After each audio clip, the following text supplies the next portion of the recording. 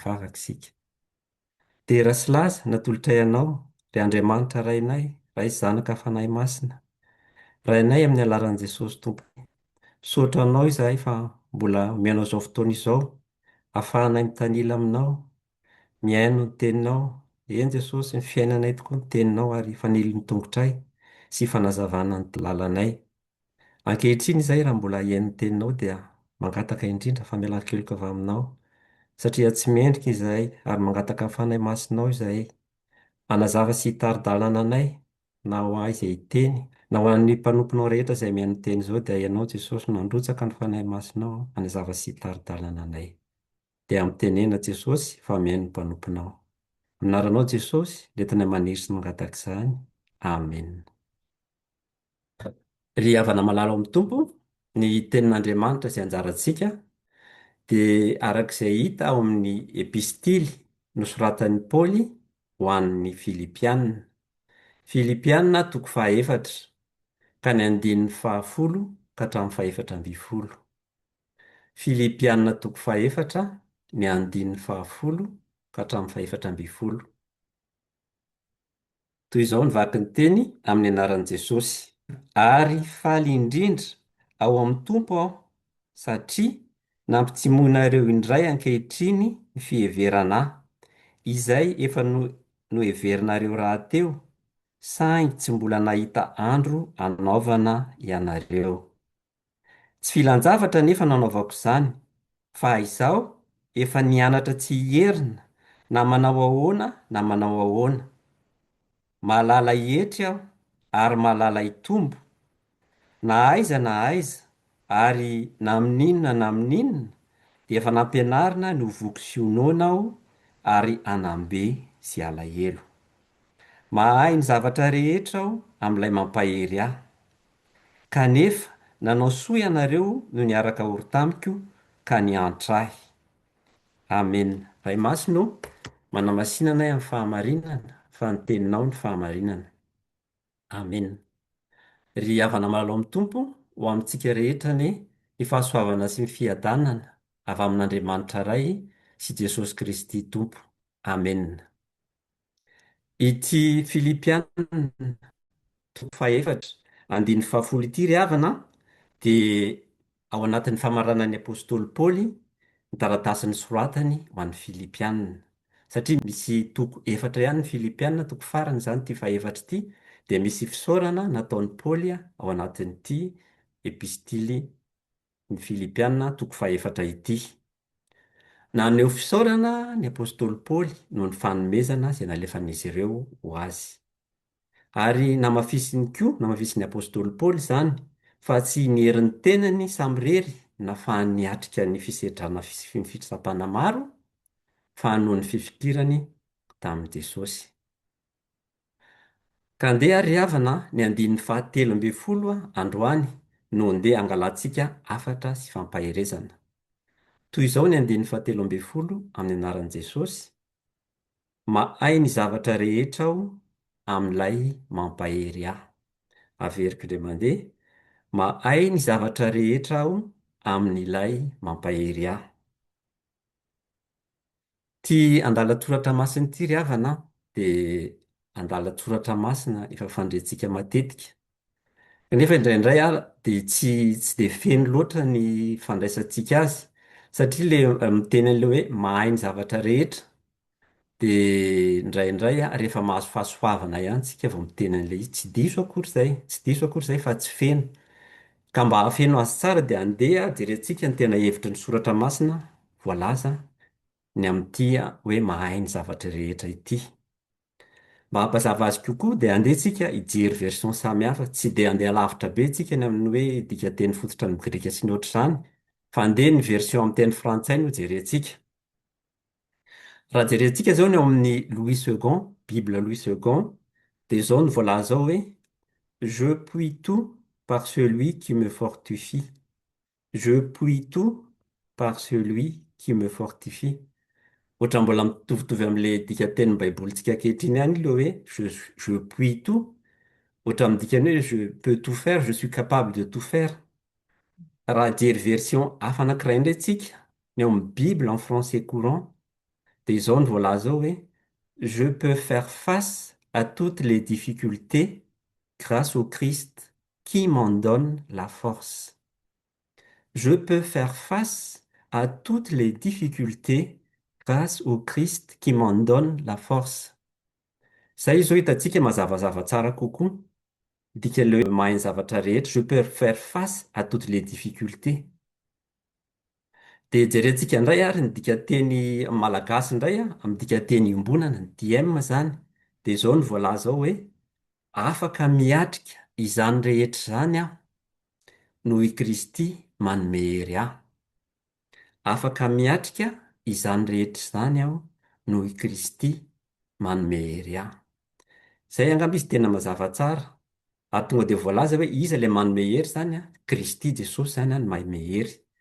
Ny hoe mahay zany dia midika hoe afaka miatrika ny zavatra rehetra. Ka andeha ary ty dikateny amin'ny DM ity zany no raisintsika anakinantsika ty toriteny androany ity. Raha jerentsika ny contexte nanoratan'ny apôstôly Paoly an'ity Filipianina ity dia tany am-pigadrana izy. Azontsika an-tsaina angamba zany hoe any am-pigadrana zany. Fa izany dia fotoana tena mahakivy, fotoana mahaveri hevitra, satria mitaintaina lava, tsy manana fahafahana, manotahotra mandrakariva. Kanefa dia tao anatin'izany fotoana izany nanoratany izao teny mampahery izao. Nianatra ny hahay mifaly amin'ny zavatra rehetra ny apôstôly Paoly, araka ny voalaza efa nivakiantsika teo, ao amin'ny andininy faha 1 sy faha 12, manao hoe fa izaho efa nianatra tsy hierina na manao ahoana na manao ahoana. Malala ny hetra aho ary malala ny tombo. Efa nampianarina ny hovoky sy honoana aho ary anambe na tsy anana. Nisy voambolana anankiray koa izao hitantsika teo ilay hoe nianatra tsy hierina, dia ohatran'ny tsy dia mazava loatra, dia ao amin'ny dikateny iombonana ihany no ahitana tena dika mazava. Ny dika ilay hoe tsy mierina zany dia midika hoe mahay mionona amin'izay ananana. Mahay mionona amin'izay ananana. Amin'ny maha-olombelona ny Paoly ry havana dia mahalala ny fetrany sy ny fahalemena izy. Kanefa dia namafisiny eto fa afaka miatrika sy mandresy ny zavatra rehetra izy satria tsy miantehatra amin'ny fahaizany manokana ihany fa mitehatra amin'ny herin'i Jesosy. Inona ary ny lesona azontsika raisina avy amin'izany?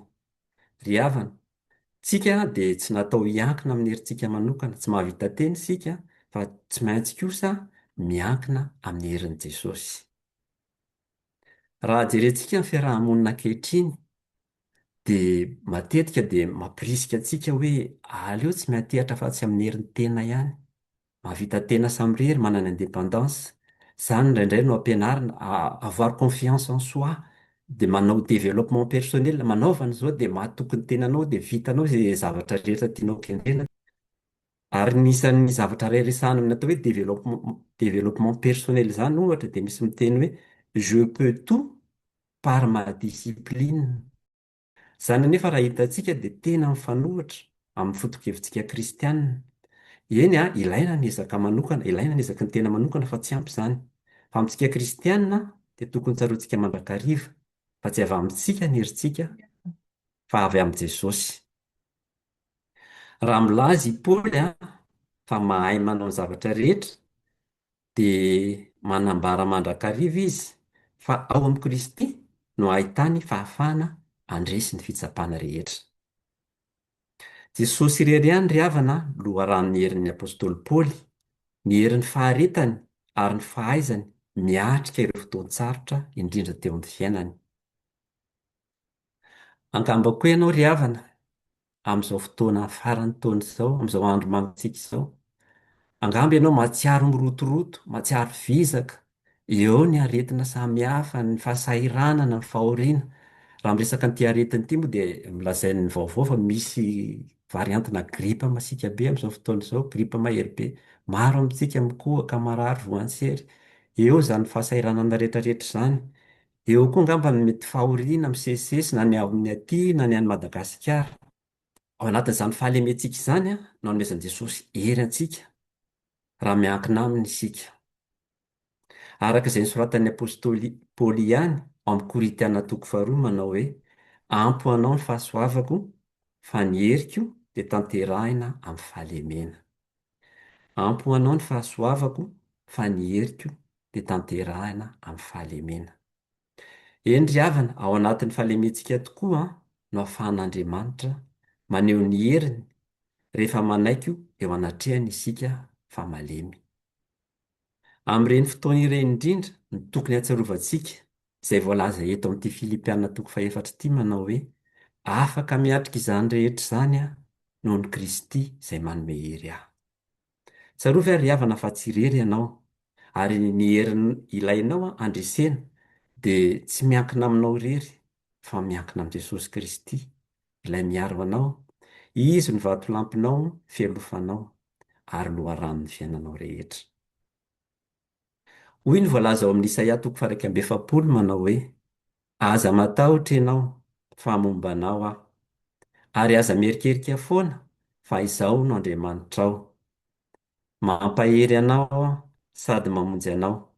Eny, mitantana anao amin'ny tanana ankavanana fahamarinako aho. Ry havana, isan'andro isika mila ny herin'i Jesosy. Mila ny herin'i Jesosy isika mba handehanantsika amin'ny finoana, hanoerantsika amin'ny fakapanahy, ary mba hahatanterahantsika ny sitrapon'Andriamanitra. Ny fanontaniana mipetraka amiko sy aminao ary dia izao: aiza ho aiza eo amin'ny fiainanao no ilanao ny herin'i Jesosy? Inona avy ireo sehatra tsaroanao hoe edinao mafy izay mety efa nizahanao nataonao tamin'ny herin'ny tenanao samirery kanefa tsy nahomby? Ary tena afaka miatrika ny zavatra rehetra tokoa ve ianao rehefa miankina amin'i Jesosy? Fotoana antsika ry havana izao tenin'Andriamanitra izao mba hanintena, fotoana fandinihitena izao. Fa ny sasany angamba vao tsy manana izao vao misy zavatra kely manahirana dia efa menomenona mametsiana an'Andriamanitra sanatrian'izany. Dia hoy ny teny soratra masina manao hoe ataovy ny zavatra rehetra tsy amin'ny fimonomononana sy ny tsy fisalasalana, fa Andriamanitra no miasa ao anatinareo na ny fikasana na ny fanaovana hahatanteraka ny sitrapony. Ao amin'ny Filipianina toko faharoa misy an'izany andalatsoratra masina izany. Angatao isan'andro ry havana ny fanahy masina hanampy antsika amin'izany, satria raha ny hery tenantsika irery dia voalaza teo fa malemy isika tsy mahavita an'izany. Raha ravina ry havana izay voalaza teo dia izao voalaza: misy toetra tsara, toetra tsara tokony alaintsika tahaka avy amin'ny Apôstôly Paoly. Misy toetra tsara tokony alaintsika tahaka avy amin'ny Apôstôly Paoly. Na inona mitranga amin'ny fiainanao dia mitenena koa toy ny Apôstôly Paoly eto hoe afaka miatrika izany rehetra izany noho ny Jesosy izay manome hery ahy. Mahay mihety aho izy ary mahay mitombo. Amin'ny fanarahana an'Andriamanitra ry havana dia misy fotoana mety hananana be. Misy fotoana koa indraindray dia tsy misy inona intsony eo am-pelantanana. Eny, tena mety mitranga amin'ny fiainantsika mpanompon'Andriamanitra izany. Indraindray dia mitobaka amin'ny fahasoavana, fa indraindray dia misesisesy ny olana, misesisesy ny fahoriana eto amin'ity tany izay iainantsika ity. Eny ry havana, raha mandalo fizahan-toetra ianao, raha misy fahasairanana mandalo dia izao: tsarovy izay niatra tamin'ny Apôstôly Paoly. Izay ny eto fa hoe mahay ny zavatra rehetra izy, tsy amin'ny herin'ny tenany fa noho ny fiaikinany tamin'i Jesosy. Hoy ny voalaza amin'ny Korintianina faharoa toko faha-enina andininy faha-efatra manao hoe fa amin'ny zavatra rehetra dia mampiseho tena anay ho mpanompon'Andriamanitra izahay, dia amin'ny faharetana be, amin'ny fahoriana, amin'ny faharetana amin'ny fahantrana, amin'ny kapoka, amin'ny fatorana, amin'ny tabataba, amin'ny fisasarana, amin'ny tsy fahitan-tory, amin'ny voninahitra sy ny fahafahambaraka, amin'ny laza ratsy sy ny laza soa, tahaka nefa ho faty nefa velona ihany. Ny Krismasy andrasantsika tsy ho ela ry havana dia mampatsiahy antsika fa nidina ho etỳ tany, nidina nanatona antsika Andriamanitra. Izany raha teo moa ny dikany hoe Imanoela, amintsika Andriamanitra. Tsy lavitra antsika izy fa eo anelantsika mandrakariva ary manome hery antsika, manome fanantenana ary manavao ny finoantsika. Ka eto am-piandrasana Noely isika dia aoka tsy hatehitra amin'ny herintsika manokana fa atoky hatrany an' Jesosy izay efa tonga ary mbola miasa sy miaro antsika isan'andro. Enganie ary havana izao ady veto izao mba hanamafy ny finoantsika ka fahantsika milaza mpatokiana tahaka ny apôstôly Paoly koa manao hoe afaka miatrika zavatra rehetra aho ao amin'i Kristy izay manome hery ahy. Ary farany, araka ny Efesianina 4:9-10, mahereza ao amin'ny tompo sy amin'ny herin'ny faherezany. Mahereza ao amin'ny tompo sy amin'ny herin'ny faherezany. N'Andriamanitra rirany ny voninahitra. Mbola hiara-mivavaka isika. Mbola misaotra anao izay Jesosy fa afaka nandre ny teninao.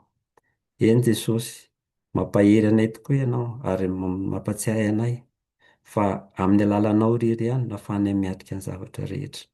Dia taio izay Jesosy amin'izao faran'ny taona sy fiatrehana ny elo izao. Ampaherezo mandrakariva izahay. Ianao hanazava anay sy tari-dalàna anay ary hanampy anay raha misy ny olana, ny aretina sy ny fisaidana samihafa dia ataovy mahatoky anao mandrakariva izay fa tsy hiankina amin'ny herin'ny tenanay samy irery. Dia apetraka eo am-pelatananao ny fotoana rehetra amin'ny fanomanana izao noely izao. Ianao no mba sy hitantana anay ary maname toky anay ianao fa omba anay mandrakariva ambara-pahatonga ny fahataperan'izao tontolo izao. Dia amin'ny anaranao Jesosy ny tena maniry sy mangataka izany, anao ny dera sy ny haja ary ny voninahitra. Amen.